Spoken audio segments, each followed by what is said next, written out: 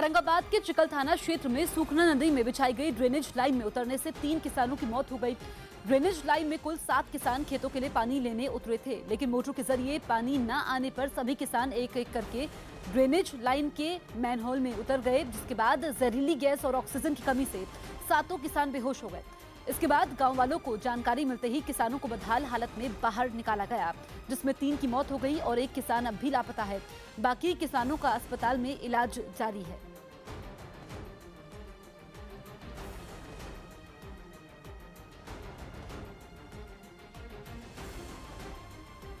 लोकसभा चुनाव में बीजेपी के खिलाफ एकजुट होने का दावा करने वाला विपक्ष पश्चिम बंगाल में भी यूपी की ही राह पर चलता दिख रहा है, क्योंकि यहां भी कांग्रेस पार्टी और सीपीएम के बीच सीट बंटवारे पर बात नहीं बनती दिख रही। और यही वजह है कि कांग्रेस ने पश्चिम बंगाल में अकेले चुनाव लड़ने का फैसला कर लिया। हालांकि सीट बंटवारे पर खींचतान के बीच सीपीएम ने एक बार फिर कांग्रेस की ओर दोस्ती का हाथ बढ़ाया है और पश्चिम बंगाल की उन सीटों पर प्रत्याशी नहीं खड़े करने का फैसला लिया जिस पर पिछले चुनाव में कांग्रेस की जीत हुई थी।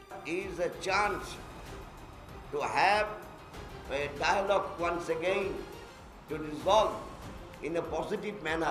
लेकिन सीपीएम ने ये भी साफ कर दिया कि अगर कांग्रेस पार्टी के रुख में नरमी नहीं आई तो वो पश्चिम बंगाल में अकेले ही चुनाव लड़ेंगे। Good gesture should get response from Congress party. If they do not respond positively, then we have to move otherwise. CPM ने कांग्रेस पार्टी को फिर से बातचीत के लिए 24 घंटे का वक्त दिया और कांग्रेस के साथ गठबंधन के विकल्प खुले रखे, जिसके लिए सीपीएम ने पश्चिम बंगाल की 42 सीटों में बहरामपुर, उत्तर मालदा, दक्षिण मालदा और जंगीपुर सीटों पर उम्मीदवार नहीं खड़े किए। इसके अलावा सीपीएम ने बाकी सीटों पर 38 पर जिनका जिक्र कर रहे हैं अपने उम्मीदवारों का ऐलान कर दिया है, जिसमें रायगंज और मुर्शिदाबाद भी शामिल है। कांग्रेस और लेफ्ट के बीच इन दोनों सीटों पर पेच फंसा था। बिहार के मुजफ्फरपुर में झुग्गियों में अचानक आग लग गई, जिसमें करीब 100 से ज्यादा झुग्गियां जलकर राख हो गई। बाद में सूचना पर मौके पर पहुंची फायर ब्रिगेड की टीम ने आग पर काबू पाया। बताया गया कि इन झुग्गियों में करीब 60 परिवार रहते थे। हालांकि अभी तक झुग्गियों में आग लगने की वजह का पता नहीं चल पाया है।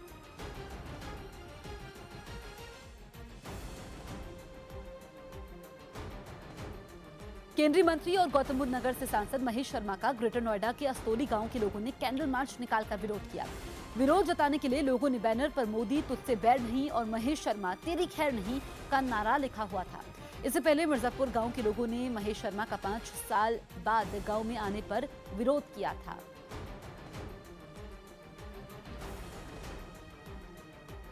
मध्य प्रदेश के जबलपुर में कपड़ा व्यापारियों ने लोकसभा चुनाव को देखते हुए मोदी जैकेट और राहुल जैकेट तैयार की है।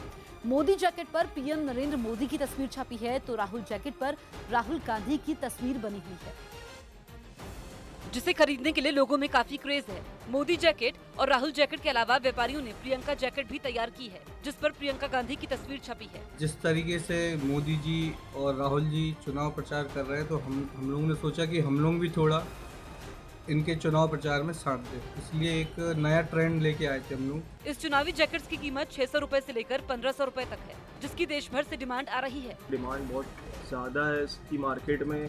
ऑल ओवर इंडिया से हमको इसके ऑर्डर आ रहे हैं कि हमें भी चाहिए और लोगों को पसंद आ रहा है एक्चुअल में ये कॉन्सेप्ट।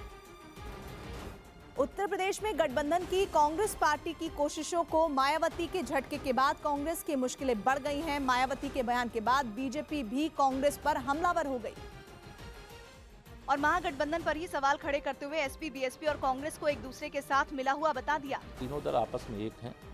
तीनों दलों को एक दूसरे की हैसियत का पता है। सपा बसपा ने कांग्रेस की हैसियत 2 सीटों की समझी तो उनके लिए 2 सीट छोड़ दिया और कांग्रेस ने सपा बसपा के गठबंधन की हैसियत 7 सीट की समझी तो उनके लिए 7 सीट छोड़ दिया। हालांकि कांग्रेस नेताओं ने राहुल गांधी के जरिए गठबंधन की कोशिश अभी भी जारी होने का दावा किया। कांग्रेस जितना ईल्ड होना चाहिए उतना हो रही है, अभी भी हमारी कोशिश चल रही है। राहुल गांधी जी खुद हर जगह हर लीडर से मिल के बात करके अपनी कोशिश जारी रखी है। जबकि कांग्रेस पर तल्ख टिप्पणी करते हुए बीएसपी ने उत्तर प्रदेश समेत कहीं भी उसके साथ नहीं जाने का ऐलान कर दिया। कांग्रेस पार्टी एक ऊहापोह, एक कंफ्यूजन जैसी स्थिति पैदा करना चाहती है। इस कंफ्यूजन को बहन मायावती जी ने, अखिलेश जी ने साफ कर दिया है।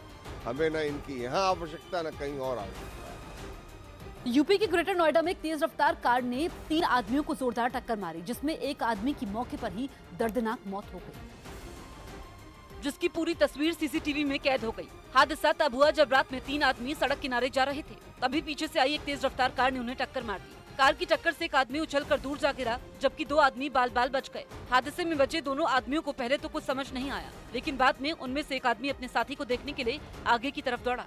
कुछ देर बाद वही आदमी अपने दूसरे साथी के साथ वापस लौटा और सड़क किनारे गड्ढे में कूद गया, लेकिन बाद में आदमी गड्ढे से निकलकर अपने साथी के आगे की तरफ भागता नजर आया।